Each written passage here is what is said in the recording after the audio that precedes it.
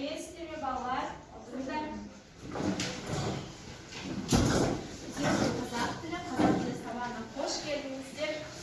Бізде бүгінгі сабақ әдеттегіден ерекше болмақ. Байқап отырған шығарсыздар, топтық жұмыстар болады, және де қонақ адамдарымыз да бар. Алдымен сабағымызды бастамас бұрын көңіл күйімізді көтеріп алайық, иә? Бәріміз тақтаға шықсақ ортаға. Жақсы көңіл күй өткен сабақ нәтижелі болатыны белгілі. Шеңбер бойынша тұрсақ, шеңбер болып, иә. Қазір менің қолымда куб тұр, иә, көріп тұрсыздар. Әр жерінде 6 бұрышының барлығында өзіндік бір әдістер жатыр. Мен бастаймын. Өзімен кейін Кәусарға айтам. Кәусар ағай жалғастыра береді. Айналдырамыз, және қайсысы түсті, соны жасаймыз. Күлкі сыйла деген түсті маған. Мен Кәусар, сен бүгін сондай әдемі болып тұрсың. Ары жалғастырамыз. Мақта дейді. Сен әдемісің, ақылдысың. Келесі. Айналдырамыз. Тілек. Қандай тілегіңіз бар, иә? Қандай сабағыңыз жақсы көреді? Өте жақсы. Бірге жасап. Кез келген екеуін бір қимыл жасау керек. Керек. Ағарай.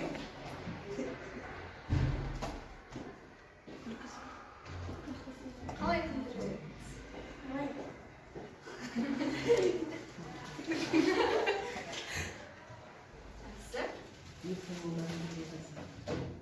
Ең оңай деген естеріңізге бірінші келген қимыл жасап жіберіңіздер. Ал, көмектесшілік, иә, бәріңіз. Қолымызды былай істейміз, айналдырамыз. Ал, келесі. Мақтайды. Ал.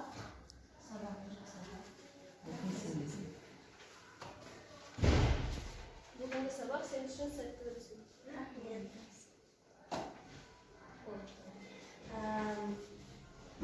Шоқан Олипановтың мектебіне біз.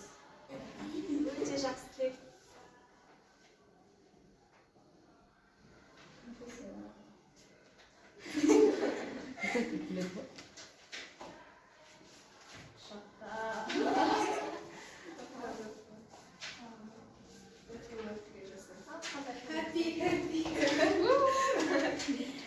Рахмет. Орнымызға отырмаймыз.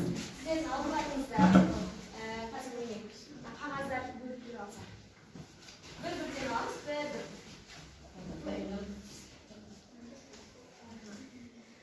Көрдік па? Міндет қандай сөз екенін түсінікті ма? Сіздерге не тұрғанын, не жазып тұрғаны таңсық болып тұр, иә? Олай болса, тақтаға назар аударыңыздар. Бұл өлең жолдарының әр тармағы. Міне, бірінші топ, дос болам десең, досыңды сыйлатып қымбаттым, досыңа салса, досымен ғана қымбаттым, дос болам десең, мендегі доспен достаспын, сендегі доспен дос болып сонда тұрмақпын. Осы тармақтар қандай оқушыларға түсті? Солар бірінші топқа жайғасамыз. Екінші, достық деген таусылмайтын қазына. Көктемде соғып қалар бөлемес, қарамайды ол сыйдың көп пен назынан ағыз достар тіпті сыйдан емес. Екінші топ. Қалғанымыз үшінші топқа жайғасамыз. Бірімізді біріміз қуат көріп, бірімізден біріміз шуақ көріп, бірімізге біріміз пана болып, мен әні сен тұрмас аға болып, дархан күнгірім шалқайтын дала болып. Байқастаңыздар, бұл біздің өткен сабақтың тақырыбымен байланысты, яғни дос туралы өте болады. Біз достық және түспекшілік деген бөлімді аяқтады, төртінші бөлімді, ал бүгін бізде жаңа бөлім, жаңа тақырып болмақ.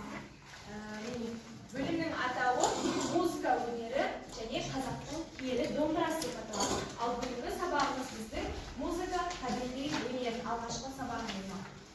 Сабағымыздың мақсаты тақырыпқа байланысты мәтін, диалог, монолог, немесе полилогтегі автор көзқарасымен ондағы көтерілген мәселені талдап анықтайтын боламыз. Сабаққа сәттілік. Және айта кететін жайт, бүгінгі сабақтың бағалауы менің қолымдағы мынандай музыканы таңдасымен болады. Белсенді болып отырған оқушыларға мен әр тапсырма сайын белгі таратып беремін. Сабақ соңында кімде қанша осындай белгі болады, сол сонша балалар. Түсінді ме? Жиі топтық жұмыстарда болатыны белгі. Ал сіздер музыкаға қатысты ойларыңызды біліп алсақ, жалпы музыкалық аспаптардың қандай түрлерін білесіздер? Иә? Домбыра, қобыз, жетіген. Иә, қай адам айтамызды? Домбыра, қобыз, жетіген. Гитара, Гитара, пианино, иә, Бекзат? Сыбызғы, сасырнай. Сасырнай, сыбызғы. Иә, тағы болса да іңкәр? шаң, қобыз, жетіген. Шаң, қобыз, жетіген. Сосын қобыз. Болды ма? Жақсы. Ұлттық аспаптарда не басқа да шекті, ұлмалы аспаптар біледі екенсіздер. Ал музыканың қандай түрін біледі? Дәулет? Топ музыка, рок музыка. Өте жақсы. Топ, рок. Тағы? Иә, Кәусар. Қандай жанр бар музыканың? Вокал. Иә. Иә, классика. Өте жақсы. Жалпы музыканы барлығымыз тыңдаймыз ғой, иә? Сізге қандай музыка тыңдаған ұнайды? Мысалы, күнделікті өмірде. Қазақша, немесе шетел әндері. Иә, естідік. Ағылшынша. Ағылшынша әндер. Иә, жақсы. Ары қарай сабағымызды бастайық. Бізде тыңдалу болады. Назарларыңызды тақтаға. Кесіп ап қарағайдан қылды қобыз, қыл тағып қобызына сөйлетіп еді, алтайды күнелетті шақты лебіз. Қобыздан мұңды дауыс сорғалады, маймаңдар әлдегенде жорғалады. Біресе асаутайдай ойнақ салды, біресе сарынардай алғалады. Біресе Түсінікті ма? Ал тыңдауым қандай тақырыпта екен? Мағжан Жұмабаевтың «Қорқыт» поэмасынан үзінді болады. Бұл тыңдауында қобыздан қандай әуен төгіледі деп сипаттады? Мұңды, иә, дұрыс айтады. Тағы? Қайғылы, мұңды, иә. Әсерлі. Ақын осы қобыздан шыққан әуенді қандай да бір образдарға теңеді. Кімнің есінде қалды? Қандай образдар арқылы айтты? Асау-тайдай ойнақ салды деген естідік па? Неге теңеп тұр екен? Асау-тайдай біресе сарнардай ырғалады деген жерде. Иә, тағы? Тайға, нарға теңеп тұр. Бірде жауыл, бірде жалын, бірде мұз деген жерлер бар екен, иә? Ары қарай, қобыз аспабын кім ойлап тапты? Білесіздер ма? Ақынның осы өлеңде айтар негізгі ойы қандай екен? Жана? Не айтқысы келді, иә? Қорқыт жайлы? Қобыз туралы, сосын қобыздан шыққан әуендің сипаты. Музыка деген нені белгілейді жалпы? Әуенді, құбылысты белгілейді, көңіл-күйін белгілейді, табиғаттағы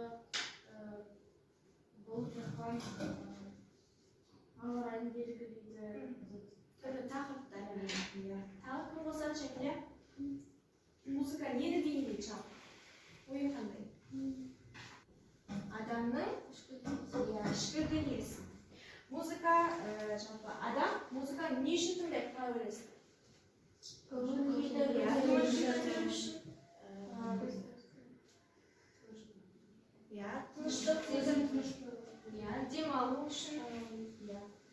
Өте жақсы. Ары қарай, екінші тапсырмаға көшсек. Сіздерде тақтада мәтін тұр. Мен оны топқа да таратып беремін. Мәтінмен жақсылап танысамыз. suhbatning mazmunini ko'rsatib beramiz. Және topda har o'quvchi o'z mavzuga қатысты bir surak dayondaydigan bo'lamiz.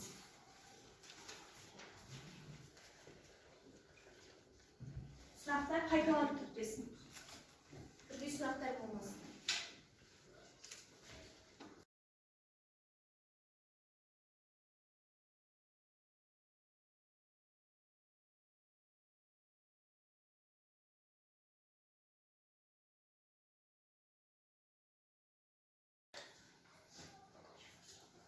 Birinchi to'p oyoqdan сияқты, qolgan ikki to'p izlaymiz.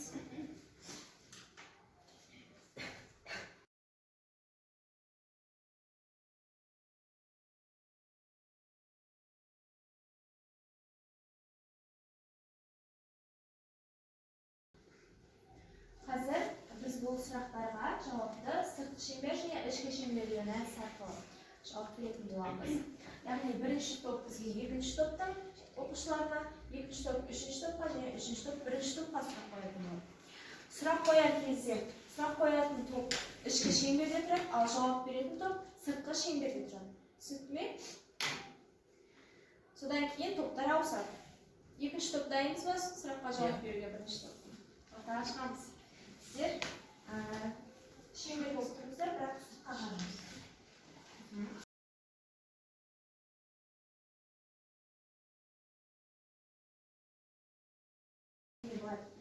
Endi o'zi so'roqlarga javob beradigan o'quvchilar oldlarga tursin. Kim kimning so'roqiga javob beradi? Erzada qo'yganlar.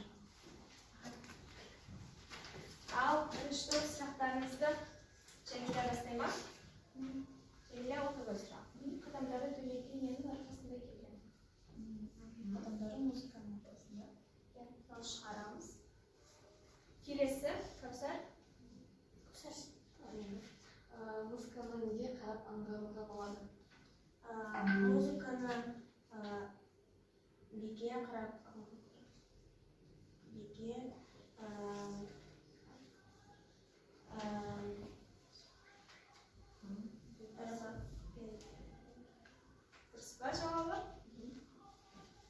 Muzika neni beynelaydi? Odamning ishga tezligini, aynalarda bo'lib yotgan zotarlarni. Arqalardan muzikaning ruhini nega?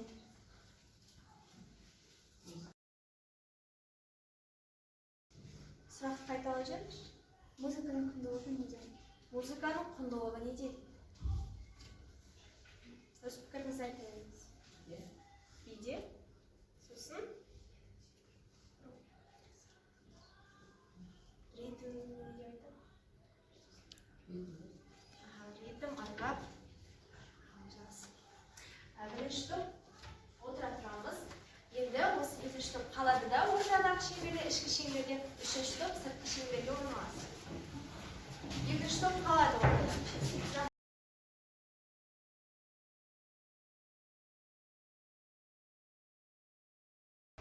Bastak tersada muzikaning rang'i adamni nega eshitadi deb nega Başarılı. Doğru cevap vermeyeceğiz. Arkadaşlar. Güzel. Ne sebepli muzika yerde kaldı? Ne sıra? Ne sebepli muzika kalmadı? Sebep var, anlamlar.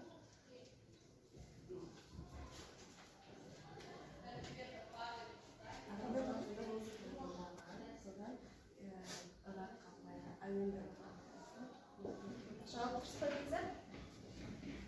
Fazla çıkarın.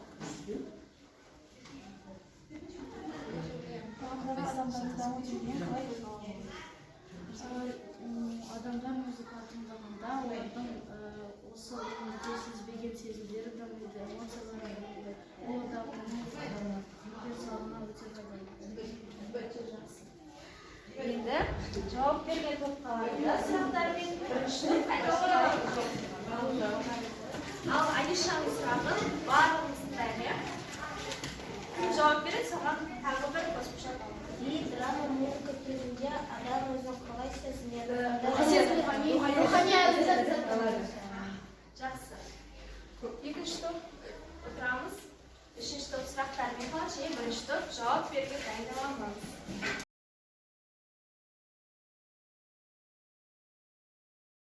Алыңдар. Музыка нені жатырмыз? Музыка адамның ішкі мінезін Шаршаған адамға музыка қандай рөл атқарады? Музыка адамды көңіл күйін көтереді және қанағаттандырады. Рухани әсер алады, иә. Дұрыс па жауап?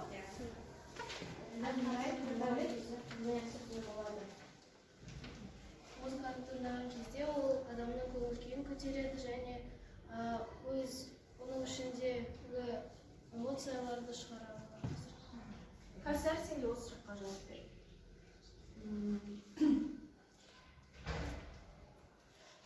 Сұрақты қайталап жіберіңіз.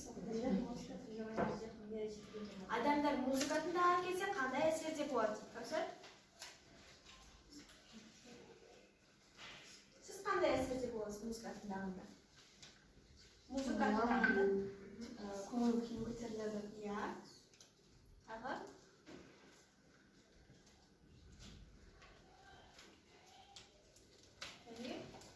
Демаласыз ба? Иә. Жақсы. Орнымызға отырайық. Барлығымыз тиісті балдарымызды алдық. Тапсырмаға қатысты.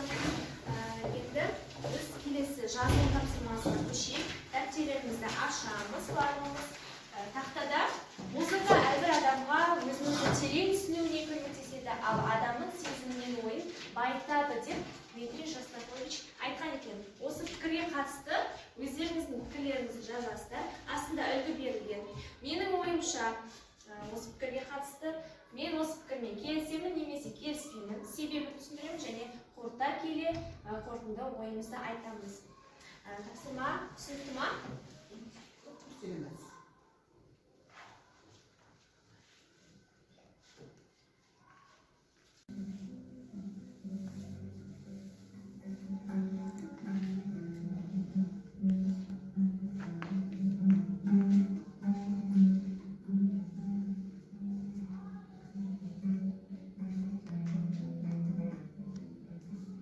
Менің ойымша дұрыс айтқанымен Дмитрий ойына келісемін. Себебі әр музыкада өзінің түсінігі болады және ол түсінік адамға көп ой салады.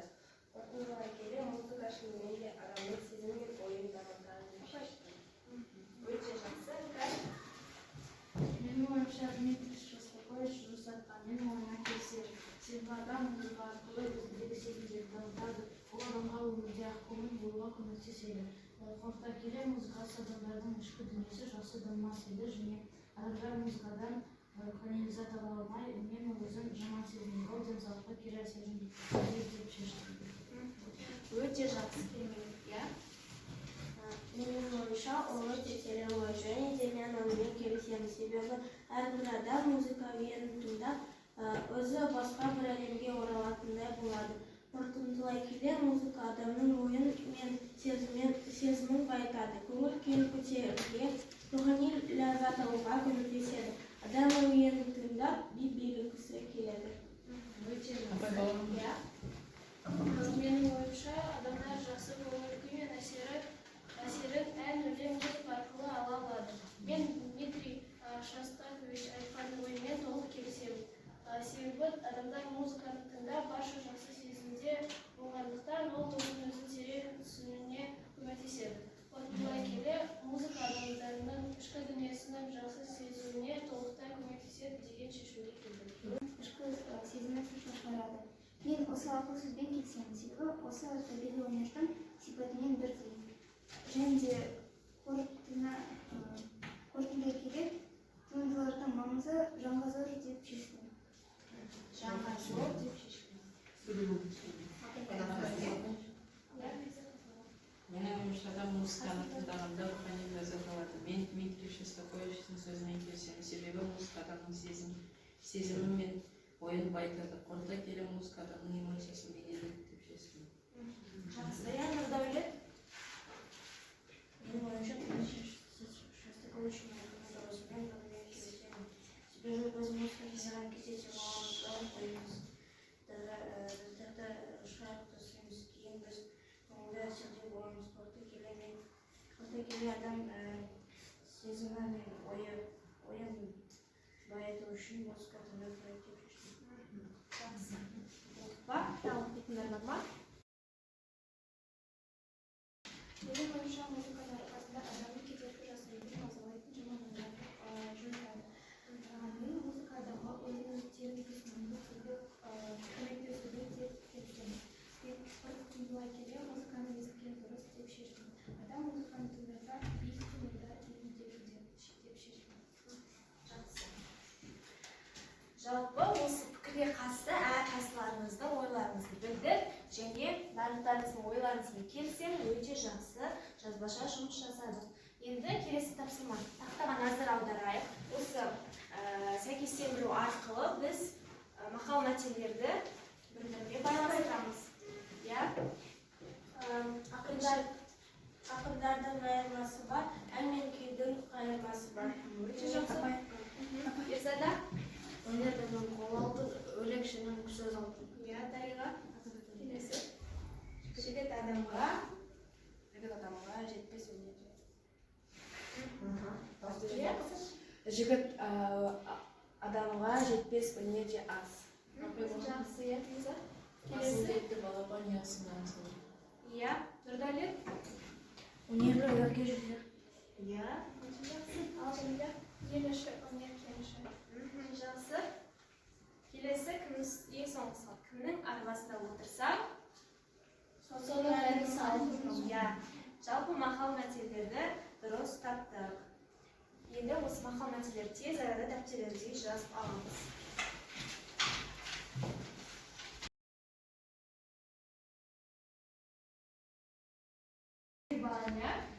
Бәріміз намыенді білеміз. Олай болса кішкене караоке болсын. Бәріміз бірге айтайық.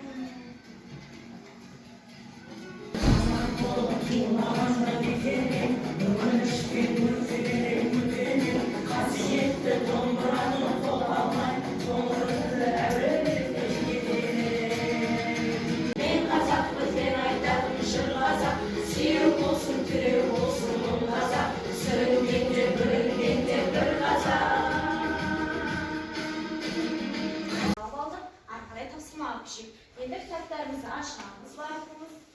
79 бетте бізде 4-ші тапсырмада мәтін берілген. Жұмыс жасайтын боламыз. Қазір іліп алу әдісі арқылы кезек-кезек оқып боламыз. Бірінші Дариға бастаймын дейді, ал оқып отырсыз. Музыкалық қойылымдар орындалатын ұжым оркестр. Оркестр деп бір музыкалық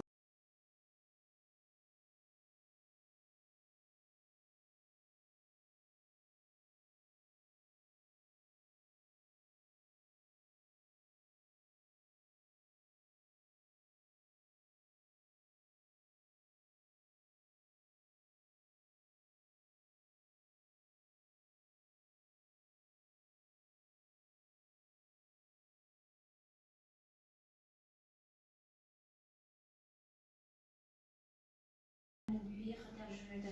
Операның күй түрлерінде музыка сөйлеу диалогте қолданылады. Жалпы мәтіннің мазмұнымен таныстық па? Не туралы екен? Музыканың түрі, оркестр, опера туралы жалпы музыкаға қатысты біршама деректер айтылған екен, иә? Осы жерде бізге таныс емес бір сөздер болды. Қандай сөздер танысық болған?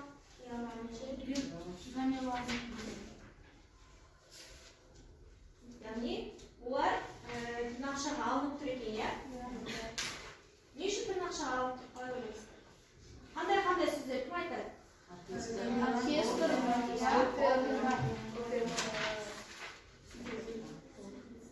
Біреу қал. симфониялық Яғни бұл 4 сөз тырнақшаға алынып тұр. Осы не үшін тырнақшаға алынып тұр екен, кім айтады? Қалай ойлайсыздар? Тырнақшаға не үшін бұл сөздер алынып тұр? Өйткені осы сөздер фразеға кезінде. Фразеға кезінде емес. Өйткені ол мысалы бір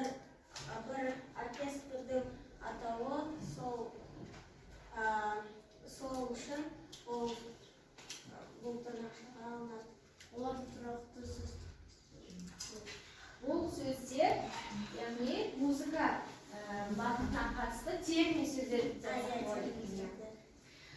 Жалпы бұл сөздерді оркестр деген бірінші сөзге не екен, соны түсіндік па? Тауып беріңдерші. Оркестрге анықтама.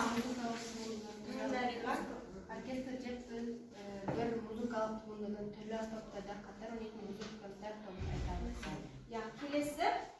Келесі сөз бізде симфониялық оркестр. Симфониялық оркестр деген не екен?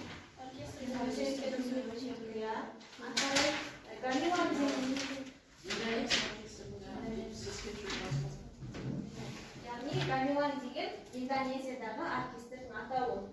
Ең соңғысы опера. Опера дегеніміз не болды? Жалпы біз бұл мәтінмен таныс болдық, және ондағы сөздерге анықтама беріп өттік. Енді сабағымыздың соңына да жетіп қалдық. Сіздерге қағаздар таратып беремін. Байқаған болсаңыздар, қағаздар ерекше, яғни нота жолдарына ұқсас. Осы нота жолдарына бүгінгі сабақтан алған әсерлеріңіз қандай? Сабақ ұнады ма? Қай жері ұнады? Қандай тапсырма ұнады? Өзіңіз не істей алдыңыз? Не үйрендіңіз? Осы сұрақтарға қатысты жауап жазып кетсеңіздер.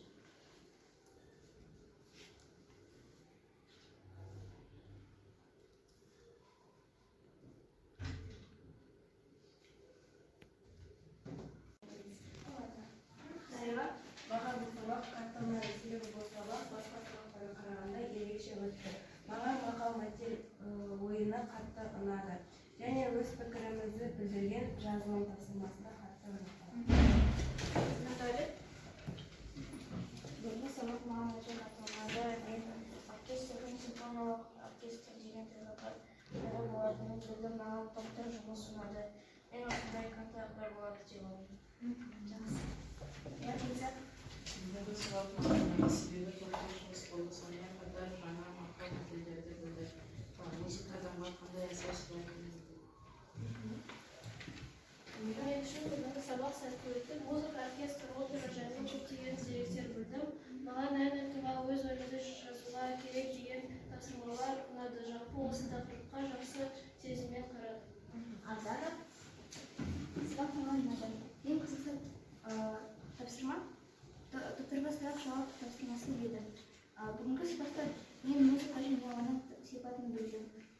Кейбір опералар туралы ақпарат алдым. Бүгін біз ойымызды дәлелдедік және мақалдармен таныстық. Өте жақсы. Сіздер де менің бүгінгі сабағымызға белсенді қатысып отырғандарыңызға рахмет. Енді балға көшетін болсақ, кімде қандай бал сіз айтып беріңіз. Дариға, 8.